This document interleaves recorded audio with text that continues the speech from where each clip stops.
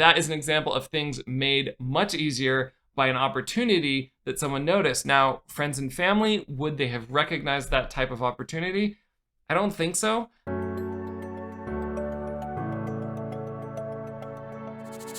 There are 3 reasons why you have to talk to somebody who is not your friend or a family member in order to accelerate your entrepreneurial growth and your business growth. And no, I'm not going to tell you this has to be a coach. There are benefits to having coaches, but what you just really need is someone who is not friends and family and has some business skill. And here is why, the 3 reasons. So the first reason is that you need challenge. So most of your friends and family aren't going to challenge you. 1, they're not going to have the business sense of like what you need challenge on, but 2, they don't want to make your life harder in the short term, even if it's going to make your life better. They're really reacting to what you're saying in the moment. Or on the flip side, you might have people who are very negative about your entrepreneurial experience and they just shut you down. They don't challenge you, right? They are risk averse, so they're saying don't be an entrepreneur, be a dentist or whatever. Or you might have friends who encourage you to cut corners so they can hang out with you more. I'm not saying cut off your social life to work on your business, but I'm just saying a lot of friends will have the reverse incentive, i.e., in order to see you more or talk to you more, they might encourage you to put less effort into your business. Not because they're mean or terrible people, just because like that is the incentive structure and they're not thinking about the impact of extra hangout time on your business or whatnot. So friends won't challenge you. Let me give you a good example of an accountability partner conversation I had recently, and that was with one of my accountability partners who does media production, focusing on sound production, but he knows something about YouTube, etc. And he just told me, if you want to grow on YouTube, 1 video a week isn't enough. And he challenged me to do 1 every day. I did 5 a week, so 1 every weekday. And I found that I couldn't work doing that level of YouTube, or rather I could, meet with my existing clients, but I couldn't really grow the business in any near term immediate way. And so I settled back into a rhythm of 3 videos a week, but having risen to that challenge issued to me by my accountability partner, I now do those 3 videos in about the time it took me to do 1 video a week. And I am happy with the quality, whereas when I was doing like 5 a week, I felt a little bit more hurried, a little bit less research, a little bit less polished outline. So that is an example of an accountability partner, could also be a coach or mentor, issuing a challenge that helps you, helped me rise to another level in business. Now, the second reason actually to talk to someone who isn't friends and family about your business is the opposite. Instead of additional challenge, it's making things easier. Now, if you have people who know about business, they can sometimes help you save a lot of trial and error from in your business and make things easier by really shining a light on opportunities that you've missed. An example of that is I have another accountability partner who is more into websites and marketing. And this accountability partner has built new products for her business. And as I was talking to her about, well, I could, productize my services this way by finding a new niche and, taking this thing I've already built and adapting it to them and testing it out and building this new product.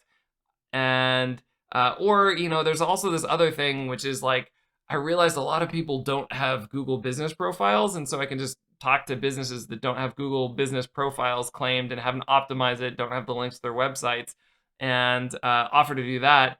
And my accountability partner said, oh, well, yeah, you could do that to meet more people, but a higher margin thing would be SEO consultation. So the business profile could be, one aspect of that. Setting up their Google Analytics and walking them through it could be another aspect. And then doing an SEO analysis of their website. There are tools that can help you do that, like powerful SEO tools that will help you do that. And all you have to do is like clean up that report, present it to the client with recommendations of what to prioritize in terms of effort in SEO and what, how to focus that in. And as she explained that to me, and also how you would reach these people is very self-evident. I don't really need to find a new audience. In some ways, it's a much easier audience to reach than my overthinking entrepreneurs audience, right? People who don't have SEO optimized websites, I can search for those websites and then contact them. So it was brilliant. It was something ready to go. It was a whole lot quicker than designing new products. That is an example of things made much easier by an opportunity that someone noticed. Now, friends and family, would they have recognized that type of opportunity? I don't think so. Most of my friends and family obviously don't have the SEO background. They haven't talked with me about work enough to know that I also could do that, and point out the obvious. The third reason why you need to talk to somebody who's not friends and family about your business is accountability. And this is actually one of the reasons why Meg and I didn't do daily check-ins about work for a long time, or even like weekly check-ins about work per se, except for like how, synchronizing our schedule. And one of the reasons why is like Meg didn't want to be accountable to me. She didn't want, I don't think she would have minded necessarily if I were accountable to her or whatever, but like she just didn't want that. She didn't want that aspect in our relationship, and that is a very valid choice, right? Being accountable to someone does change your relationship, and maybe you can have that with a significant other, maybe you can't. Maybe you can have that with a friend, maybe you can't. It can be a hard thing to bring into existing friendships. So one of the things that I did actually when I first got my accountability partner is someone I admired and I knew from work. And we became really good friends after having these weekly discussions, focused on work, but with some life goals thrown in there, etc. So we're not strictly work only, but we become really, really good friends because of that.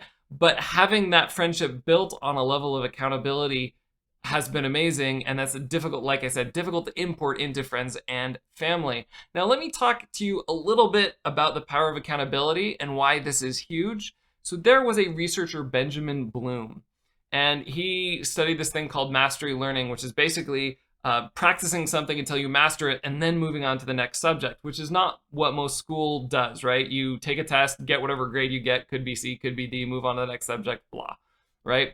And so he found that students with a personal tutor and that did mastery learning did better than 95% of students in a classroom who with or without mastery learning.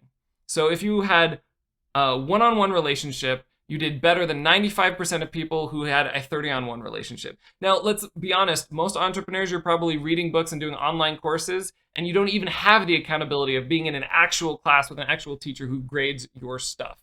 Like, even if you join one of these online communities, there's very little feedback. They don't call you out if you don't do assignments, etc. So you have almost zero accountability. But it seemed, so like you have less chance, less instruction than like a 1 to 30 relationship with a teacher very often, unfortunately, in a lot of these things.